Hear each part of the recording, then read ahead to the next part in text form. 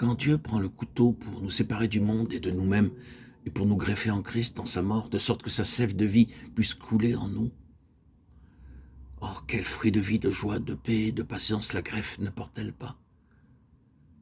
Le fruit vient de lui comme notre vie. Qu'avons-nous donc à faire sinon de demeurer en sa mort continuellement, si nous avons été faits une même plante avec lui par la conformité à sa mort? Romains 6, 5. Voilà quel est le secret de la victoire sur le péché. Ce n'est pas vous qui vous séparez du péché. C'est en saisissant votre position dans la mort de Christ et en consentant à être greffé avec lui, vous comptant vous-même mort au péché, que le Saint-Esprit opère cette séparation du péché et qu'il vous amène à réaliser en fait cette œuvre de délivrance qui en résulte. Le Saint-Esprit ne manque jamais de rendre témoignage à l'œuvre du calvaire. Du moment où, en toute sincérité de cœur, vous désirez être délivré de la puissance du péché, il n'y a pas un péché, fût-il le plus grand, qui ne puisse disparaître de vous et vous laisser libre. S'il est mort, il est mort une seule fois pour le péché. Mais maintenant qu'il est vivant, il est vivant pour Dieu. Mettez-vous aussi bien dans l'esprit que vous êtes mort. Romains 6, 10, 11. Votre part est de vous considérer comme mort, même si vous ne le comprenez pas, de vous compter non seulement pour mort, mais de vivre dans l'instant présent comme mort au péché.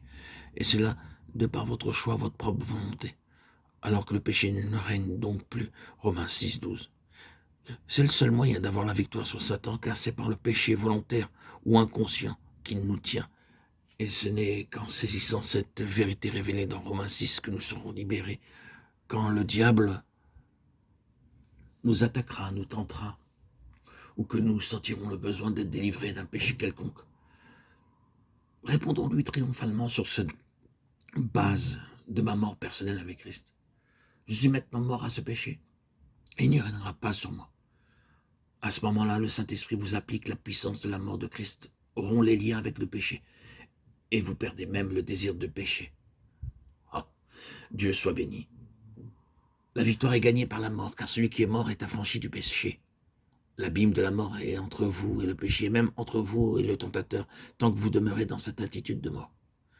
Et de plus, si vous voulez remporter la victoire sur l'ennemi qui tient une autre âme enchaînée, avant de rien entreprendre, il faut que vous soyez sûr de votre base de Romains 6, car le seul endroit où l'ennemi n'est pas de puissance, c'est le terrain de la croix. Cachez-vous en la mort du Seigneur Jésus et au nom de Jésus, levez-vous aujourd'hui et que le péché ne règne donc plus. Prenez cette position. Mettez-vous bien dans l'esprit que vous êtes mort au péché. Dieu vous révélera ses plans d'action pour vous. Là, au calvaire, à mesure que vous apprenez à demeurer en sa mort, votre vision deviendra plus claire. Les nuages qui obscurcissaient votre vue s'effaceront. Et vous commencerez à voir que sur la croix, notre Sauveur, le vainqueur, a dépouillé les principautés et les puissances qu'il a publiquement exposées en spectacle triomphant d'elles sur la croix pour vous. Colossiens 2, 15.